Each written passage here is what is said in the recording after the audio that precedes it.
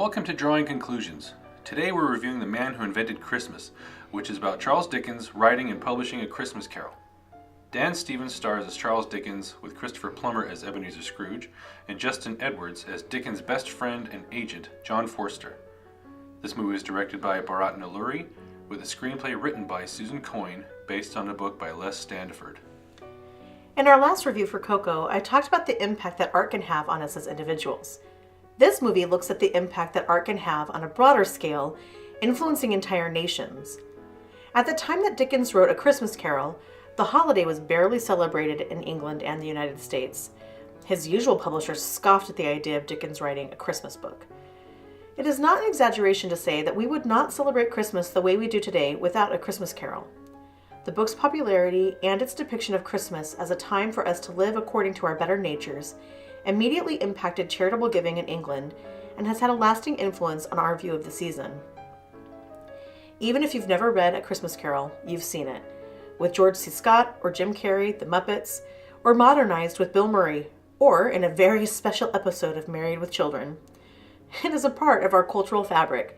We all know the story of a man whose heart was changed because of ghostly visitors on Christmas Eve.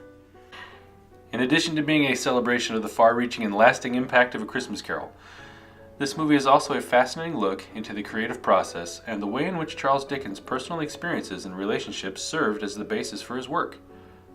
At the start of the film, Dickens is already a famous, popular, and wealthy author. However, his last 3 books have flopped, and there is a lot of pressure for him to deliver on his latest project. This film portrays him as a complex, fully realized person, rather than putting him on a pedestal as a perfect humanitarian and genius. You see Dickens struggle with his less than charitable feelings towards others, insecurity, impetuousness, fear, and sometimes volatile temper. On the other hand, you see humor, generosity, compassion, and a real concern for his fellow man. You like him and are frustrated by him in turn, which is just how the other characters in the film respond to him as well. As far as the acting, there are no weak links in the ensemble, with everyone turning in solid performances. It should really go without saying that Christopher Plummer is genius in his role as Ebenezer Scrooge. He is able to capture all the subtle nuances of emotion that are necessary to show Scrooge as something more than just an evil, miserly old man. Dan Stevens is very good as Charles Dickens, handling the complexity and variations of the character well. Morford Clark is not given much to do as Dickens' wife, Catherine, but Jonathan Pryce gives a moving performance as his father, and Justin Edwards makes you fall in love with the loyal and tender-hearted Forster. The production design in the movie is also worth noting, with great attention to detail given to the most elegant as well as the most depraved of settings. The costume design is also excellent and should be recognized during award season. I really enjoyed this film. It didn't impact me very much on an emotional level, but as a fan of A Christmas Carol and someone who is deeply interested in the arts, I found it engaging. I also appreciated the humor throughout the film. Lastly, this is a movie that the whole family can watch together, which, as a mother, is something I'm always on the lookout for. I enjoyed this film as well. One of the things I could relate to is the frustration that Charles Dickens experienced being constantly interrupted when he's trying to work. Living in a house with a wife and 5 children, I can sympathize.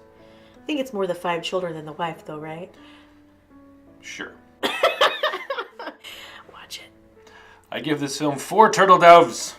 I recommend it for anyone who likes period pieces, biopics, or character studies, movies about the arts, and for anyone who is a fan of A Christmas Carol. So Josh, once again, you've created a beautiful piece to go along with this review, despite all the many interruptions apparently by your family. Can you tell us more about it? I tried to create something with a similar look and style to the illustrations that were published in the original run of A Christmas Carol. I feel like the pen and ink and with the watercolor captured the spirit of those pictures by John Leach. I also wanted the picture to reflect the movie itself, with Dickens' characters coming to life off the page as he writes. Well, I think you did a really nice job. Thank you. So that's it for this edition of Drawing Conclusions. If you've seen this movie, let us know in the comments what you thought. Did you have a favorite part? Do you agree with our review?